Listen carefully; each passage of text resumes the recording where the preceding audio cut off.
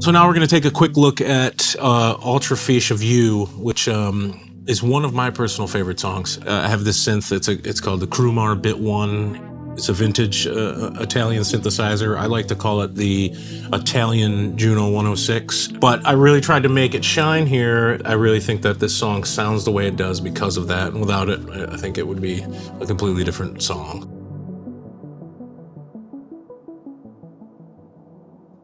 I'll play the main melody that I recorded with it, and then I'll play some parts where I basically took recorded bits of the Crumar and I chopped it up and kind of affected it and did some reverse things and some stretch things, and you'll get the gist of it as we go here.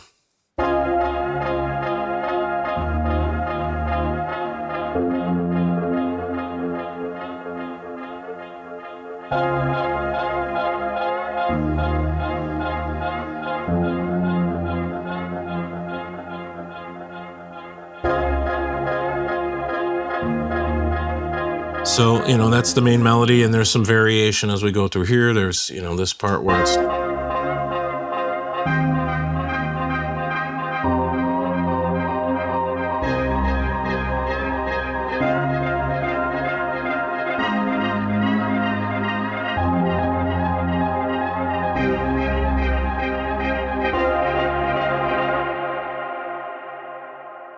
So this is the chopped up bits here. So we got a lot of reverse stuff going on. Some, it's literally just the Crumar, some extra samples that I recorded and kind of mashed together to give the main melody a little bit of a break and kind of create this weird kind of flowing atmosphere. You'll hear this now here.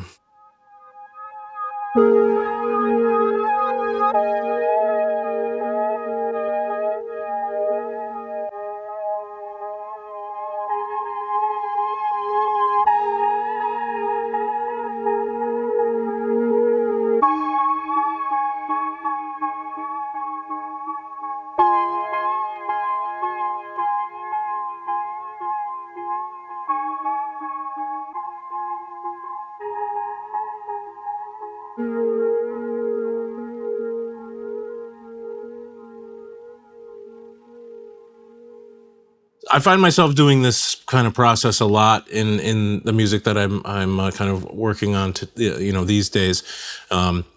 Recording parts like this, and then just chopping the tails of each thing off, and of each chord, chopping just the tails off, and then putting it in a new channel and just really kind of making a completely different melody, obviously in the key of the song, but you can really get some interesting results when you just go in here and you can see it's just all small chopped bits. Yeah, I had this idea to do this for a long time, and I thought that this track would be perfect to try it out, because I've always wanted to do it with piano sounds, and this reminded me of this kind of beautiful piano feeling, the Crumar sounds for this song, so I just went for it here. I'd say the Crumar Bit One is a little bit difficult to come by. I just remember the first time I saw a picture of one, I definitely wasn't completely sure what it sounded like, but when I saw that synth, it's a beautiful synth. I thought to myself, and I still do every time I walk in the studio and I see that piece of gear, I really want my sound to, be representative of that instrument. I think that's my go-to. It's all goes back to me trying to limit my options and force myself to really dive into an instrument and find things that I love about it and process it in strange ways. And if you hear something in a song, and this goes back to kind of doing the research about certain songs or music or albums, whatever you want, and you find an instrument and you figure out what the sound is in a certain track, and you love it enough, just hunt that thing down.